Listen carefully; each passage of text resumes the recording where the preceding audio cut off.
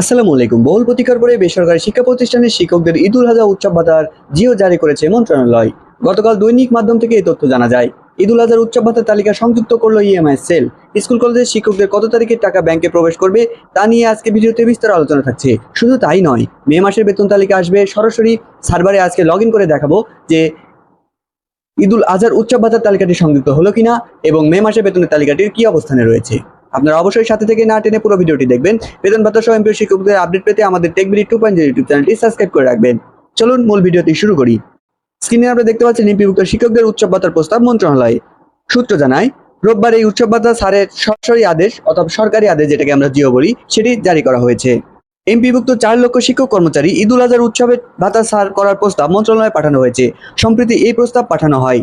এ ধাপে মোট 3,91,089 জন শিক্ষক কর্মচারী রয়েছেন। এর মধ্যে স্কুলে 3,03,164 জন ও কলেজের 87,925 জন শিক্ষক কর্মচারী রয়েছেন। আপনি এই তালিকার মধ্যে আছেন কিনা ভিডিওর শেষ অংশে আমরা লগ ইন করে দেখাবো। রোববার শিক্ষা মন্ত্রণালয় থেকে এই তথ্যটি জানা যায়। সূত্র জানায়, রবিবার এই উৎসব ভাতা ছাড়ের সরকারি আদেশ জিও জারি হতে পারে। এ সংক্রান্ত চিঠিতে বলা হয়, 19,729টি বেসরকারি প্রতিষ্ঠানে মোট 3,91,089 জন এমপিভুক্ত শিক্ষক কর্মচারী কর্মরত রয়েছেন। ফলে ঈদুল আজহার 2026 আংশিক লট 1 উৎসব ভাতা বাবদ মোট 453,13,67,763 টাকার হিসাব বিবরণী ইএমআই সেল থেকে পাওয়া গেছে। শিক্ষক কর্মচারী ঈদুল আজহা 2026 আংশিক লট 1 উৎসব ভাতা বিভাজনের মাধ্যমে স্কুলের 3,31,064 জন শিক্ষক কর্মচারী ও কলেজের 87,925 জন শিক্ষক কর্মচারী রয়েছেন। উল্লেখিত বিভাজন অনুযায়ী বেসরকারি শিক্ষা প্রতিষ্ঠান এমপিভুক্ত কলেজ শিক্ষক কর্মচারী ঈদুল আজহা 2026 আংশিক লট 1 উৎসব ভাতা দেওয়ার জন্য সর্বমোট 453,13,67,763 টাকা ছাড়করণ প্রয়োজন। বেসরকারি শিক্ষা প্রতিষ্ঠানের খাতে বরাদ্দ থেকে শিক্ষক কর্মচারীদের ঈদুল আজহা 2026 আংশিক লট 1 উৎসব ভাতা বাবদ টাকা মেটানো হবে বলে জানা গেছে।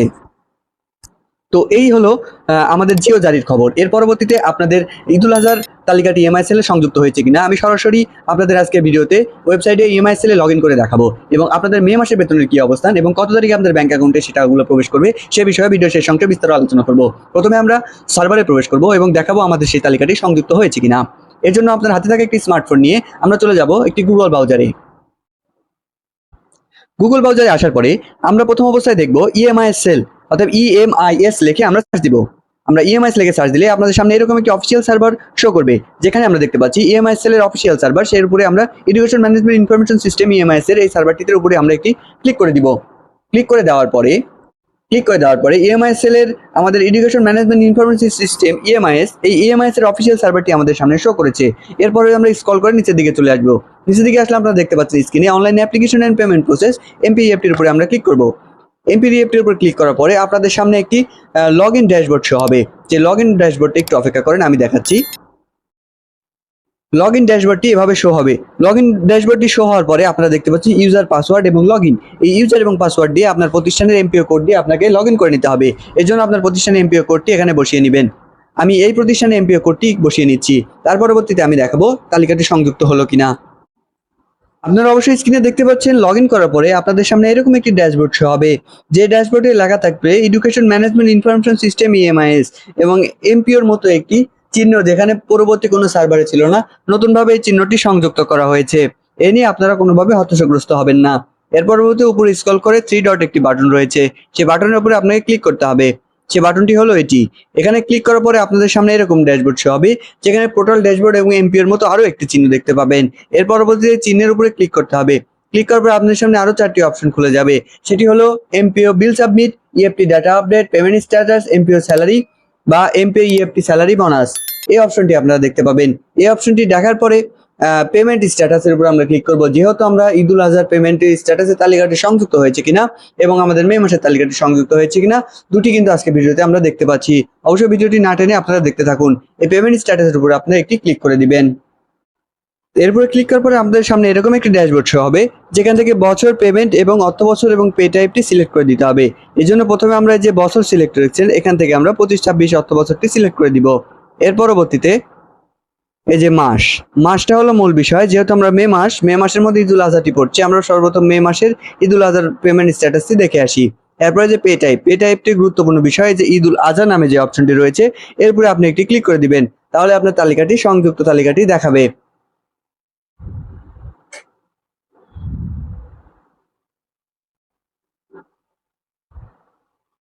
দেখুন এই প্রতিষ্ঠানে এই যে সংযুক্ত তালিকাটি লোড বাটনে ক্লিক করার পরে আপনাদের সামনে এরকম একটি ড্যাশবোর্ড শো হবে, যেখানে দেখা যাচ্ছে এই প্রতিষ্ঠানের সেন্ড টু আইবাস ফর ইএফটি, অর্থাৎ ঈদুল আজহার বোনাসের তালিকাটি সেন্ড টু আইবাস প্লাস ইএফটিতে পাঠানো হয়েছে। এখন ব্যাংকের টাকাটি ছাড় হলে আমাদের স্ব ব্যাংক অ্যাকাউন্টে টাকাটি প্রবেশ করবে। তো এখনও সঠিক সিদ্ধান্ত জানা যায়নি যে কত তারিখে এই টাকাটি প্রবেশ করছে। এর পরবর্তী ভিডিওতে আমরা সেটি জানিয়ে দেওয়ার চেষ্টা করব।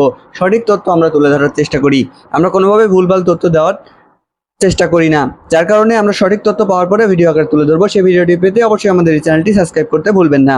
এখন আমরা দেখবো যে আপনার মে মাসের তালিকাটি সংযুক্ত হয়েছে কিনা। এটা কিন্তু আপনারা দেখতে পাচ্ছেন যে এই উৎসব ভাতার তালিকা, এই ঈদুল আজহার উৎসব ভাতার তালিকা। এখানে কিন্তু আপনারা দেখতে পাচ্ছেন এই যে 11,000 সামথিং, এই যে 8,000, 5,000, এটা কিন্তু উৎসব ভাতার একটি তালিকা। এর পরবর্তীতে আমরা একটু দেখে আসি, এটিও সেম প্রসেস। আমরা মে মাসের তালিকাটি দেখার জন্য এটাও সেম প্রসেস। সেটি হলো যে পেমেন্ট অর্থ বছরটি সিলেক্ট করে দিতে হবে, তারপরে যে পে টাইপের একটু পরে আসি, এরপরে ওই যে মাসটি সিলেক্ট করে দিতে হবে, মাসটি মে মাস আমরা সিলেক্ট করে দিব। এর পরবর্তীতে চলে আসবো এই যে পে টাইপের এখানে আমাদের মে মাসটি সিলেক্ট করে দিতে হবে, অর্থাৎ স্যালারি, আমাদের মে মাসের স্যালারিটা সিলেক্ট করে দিতে হবে। দেওয়ার পরে আপনাদের এই যে পাশে লোড বাটন, এরপরে ক্লিক করুন। লোড বাটন ক্লিক করার পর দেখা যাচ্ছে এখানে কিন্তু কোনো তালিকা সংযুক্ত হয় নাই। এই যে দেখতে পাচ্ছেন সাদা স্ক্রিন, এখানে কোনো তালিকাটি সংযুক্ত হয় নাই। তার মানে এখন পর্যন্ত মে মাসের বেতনের তালিকাটি এমআইএসএল এ সংযুক্ত করা হয় নাই, যার কারণে এখনো এটি সংযুক্ত হয়নি এবং বেতনের জিও এখন পর্যন্ত জারি হয়নি। তবে ঈদের আগে মে মাসের বেতনটি পাওয়া যাবে কিনা সে বিষয়ে শঙ্কা রয়েছে। অবশ্যই আমরা আশাবাদী যে ঈদের আগে আপনাদের ব্যাংক অ্যাকাউন্টে এই টাকাটি প্রবেশ করবে। তো যার কারণে আপনারা অবশ্যই অপেক্ষায় থাকুন। সেই বিষয়ে আপডেট পেলে আমরা সবার আগে তুলে ধরার চেষ্টা করব, এবং এমপিও শিক্ষকদের আপডেট পেতে আমাদের এই চ্যানেলটি সাবস্ক্রাইব করতে ভুলবেন না, এবং আপনার মতামতটি আমাদের কমেন্ট বক্সে জানিয়ে যাবেন। তো ধন্যবাদ।